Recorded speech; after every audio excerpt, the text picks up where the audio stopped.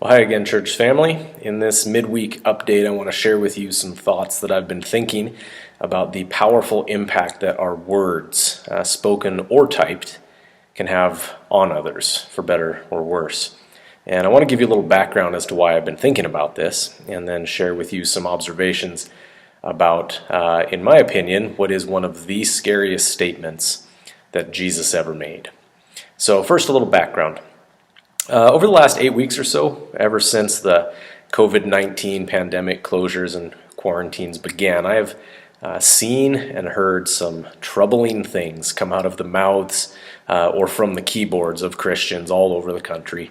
Some of them right here, of course, in our own state and our own community. And I've seen and I've heard accusations about the sincerity of other Christians' faith, criticisms about how situations have been handled, personal attacks against others' values, judgmental verdicts about others' character and their intentions, and so on. That probably doesn't surprise you.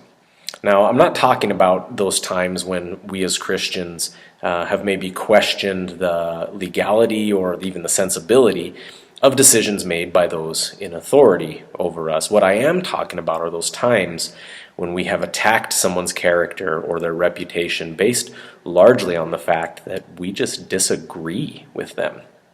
And I will admit that at times, against my better judgment, I have added to this.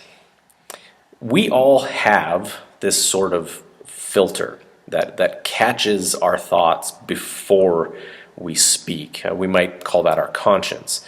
And in times of high stress like the one that we are living through now, our filters tend to get clogged from overuse perhaps, or they just break down altogether.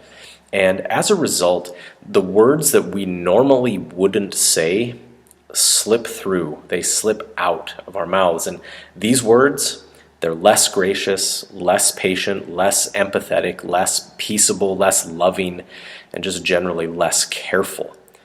But I want to challenge you to consider that in times like this, we Christians, especially we Christians, must be more generous, more gracious, more patient, more empathetic, more peaceable, more loving, and just generally more careful with our words.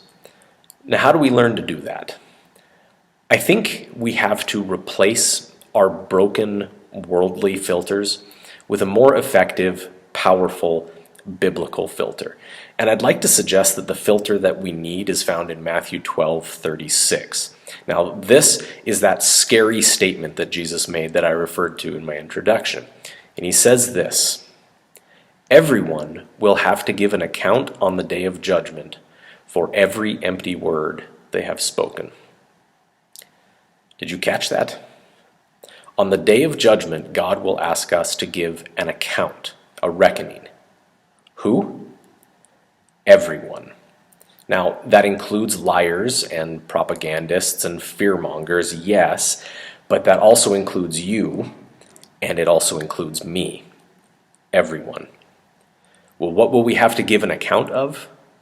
Of our empty words, or as some other translations say, our careless, or our idle, or our useless words.